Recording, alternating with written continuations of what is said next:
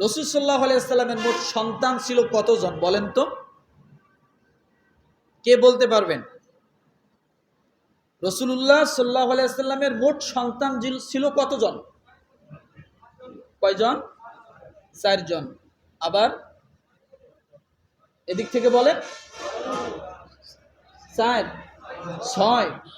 6 জন।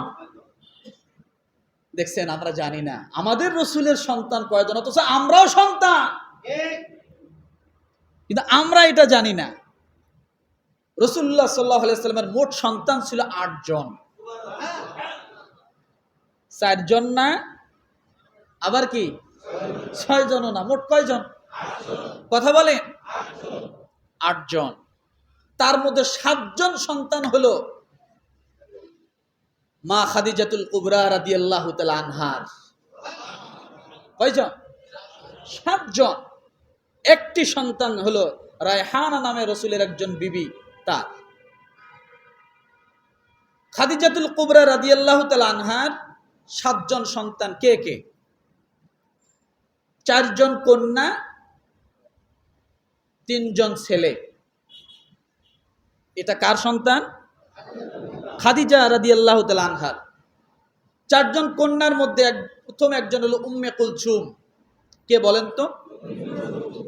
উম্মে জয়নব, রুকাইয়া, ফাতেমাতুজ জাহরা রাদিয়াল্লাহু তাআলা আনহা। কয়জন মেয়ে হলো বলেন তো দেখি?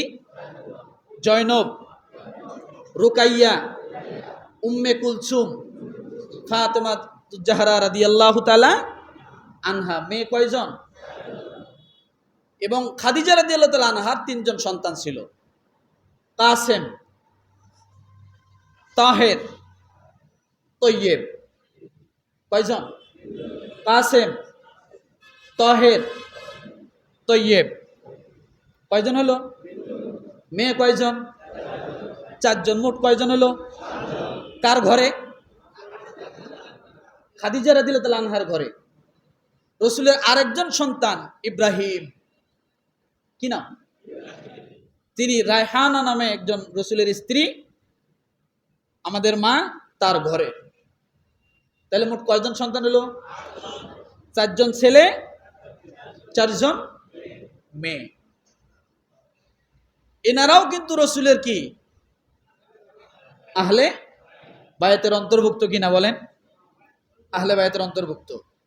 এখন 4 কন্যা, রসুলের 4 ছেলের একজনও বেঁচে ছিল না, 4টে ছেলের একজনও বেঁচে ছিল না, কিন্তু কন্যা 4 জন কি বেঁচে ছিল।